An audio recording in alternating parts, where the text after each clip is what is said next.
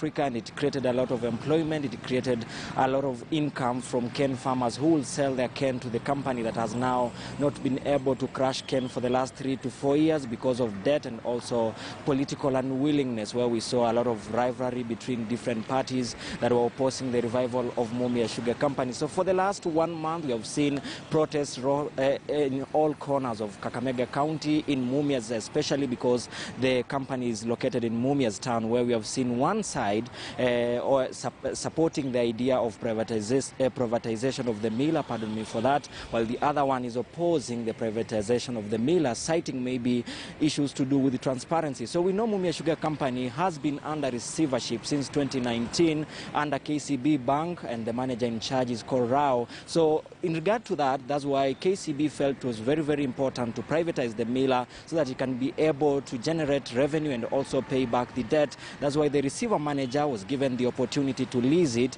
and he had around 8 bids by different companies, and he had decided to give that lease to the still billionaire Nahendra Raval. But we saw now issues arising from both parties. There were those who were supporting the leasing to Raval, and there were those ones who were opposing, citing a number of issues, including transparency. But we want to speak to the young people here who have been on the forefront protesting and calling on leaders to leave politics in the issues of Mumias, because for them they want to see the company crushing cane, people being employed, and farmers still getting their own income, especially that we have seen the economy of Western really doing badly after the closure of Mumias Sugar Company. And we also know other millers and other companies that were very crucial, like the Webuye Pan Paper, have also not been working. Karibu sana kwenye KTN News. You are one of the youth leaders in Western. First of all, I want to know the reason why there's a lot of politics in regard to the privatization of Mumias Sugar Company, a company that has not been crushing cane for the last 4 years.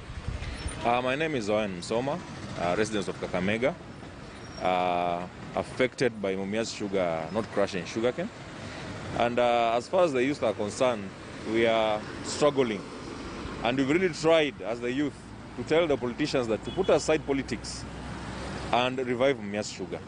The energies that are using in funerals, talking about Mumias Sugar, let them use the energies in boardrooms and talk about Mumias Sugar, revive the company.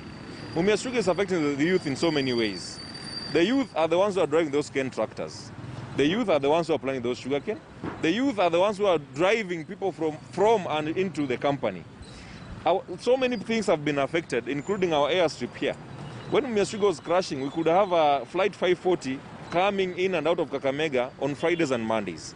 But right now, nobody's talking about the airstrip. Why? Because there's no passenger who is going to use that facility. That is why we are saying, as the youth of this county, that we are largely affected because there is unemployment.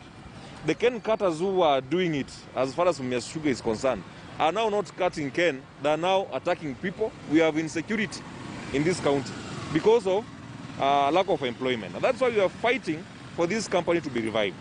Yeah. And why do you think there are politics? Because we have two divided opinions. There are those ones who are supporting the privatization process. There are those ones who are opposing it, saying maybe it has not been done in a transparent kind of a manner. You know, it is saddening because Mumias Sugar was once the biggest sugar miller in East Africa. And it really helped so many people economically. But I think our politicians like politicking about Mumias Sugar. Every 1 year to elections, we always get politics into Mumias Sugar. That plant has been there. It has collapsed. We saw KCB working on it. Nobody has been talking about it. Nobody has even asked for transparency when KCB was taking the Mumias Sugar. So, what we want as the youth of this county is, number one, as far as transparency is concerned, we want to see the miller working. Tuwe na uwazi, lakini tunataka tuone Mumias Sugar ikifanya kazi. Number two, the government has among the biggest shareholders in that company. And these state on the debts that are in Mumias Sugar that the government can do away with.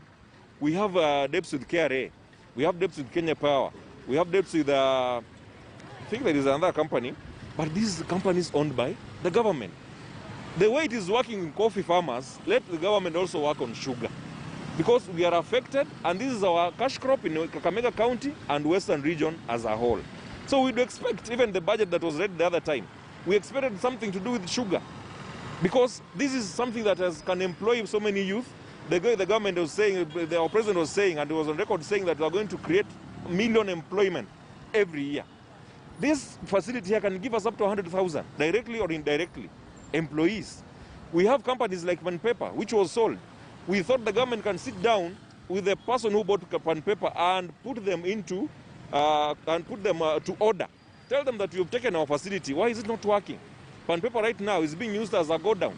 So we expect the government to do much on Mumias Sugar than a private entity, because the 20% shares that was given to the county government was not, has not been implemented. Governor Oparanya and the CS Agriculture, they went for a task force meeting. Nobody has given us the report, and the president has not even acted on the report that was given by the task force. And he's the one who told us that the task force should be created, and they let him have a report to work on the Mumias Sugar. So we expect the government to do everything that they can to make sure that Mumias Sugar is working for our youth to get employment. People are now cutting each other. Watu wana umaskini ambayo inaumiza watu wa Kakamega sana. Na tunaomba wanasiasa wetu tuweke kando tofauti za vyama, tofauti za ubinafsi, tuangalie watu wetu wanaweza saidika namna gani. Mumias Sugar isiwe ni chombo ambacho kiko pale kupigania umaarufu, kuonesha mimi ndio nimeleta investor, mimi ndio nimekataza. Haifai. Tukae chini, tukiongozwa na gavana wetu, magavana wote wanne wakae chini, uangalie Mumias Sugar hii inaweza saidika namna gani.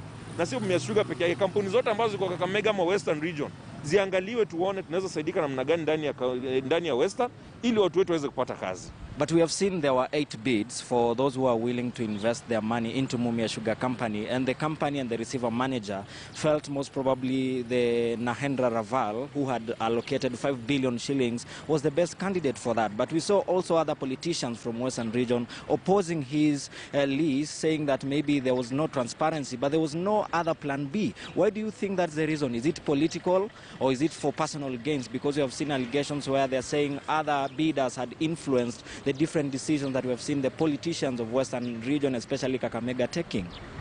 The way I'm telling you, that Mumias Sugar has been politicized. And the whole thing, I can talk without missing my words that what has killed Mumias Sugar is politics and nothing more. Because when KCB was taking Mumias Sugar, I didn't see questions. Now KCB is giving Devki to run the company. What we just wanted to see is, what are the agreements? What have they agreed on? But we didn't expect our politicians to go around the funerals trying to chest thump, saying that I'm the one who has brought this, I'm the one who has stopped this, I'm the one who is going to look into transparency. We didn't expect that from our politicians. What we expected is, let them call each other, sit in a boardroom in a county office. We have a very big boardroom there. Put Governor Oparanya down, ask him, wewe umeleta Devki ama umeleta Devki, what is supposed to be done is this and this and this and that. Then going to media or going to the Senate asking questions that you've not even gone back to the investors to ask. So that is what is making this thing be a hard nut to crack, because there are so many investors who would want to come to Mumias. But looking at the politics, it will make some of them be fear coming to Mumias Sugar to invest in, because people have put politics ahead of everything. Let us sit down as leaders, ask ourselves questions, that this sugar here has been helping. And you know, wala watu ambao pia wanaongea sana kwa hiyo Mumias Sugar, na watu ambao wamechangia sana kuangusha Mumias Sugar. We saw even some were even branding Mumias Sugar papers, putting on the shelves, while farmers were having sugarcane in their farms. Nobody was there to ask questions. So we want the miller to start working, and we are putting the government to task. Come and revive Mumias Sugar for us, please. Thank you so much. That's the voice of the young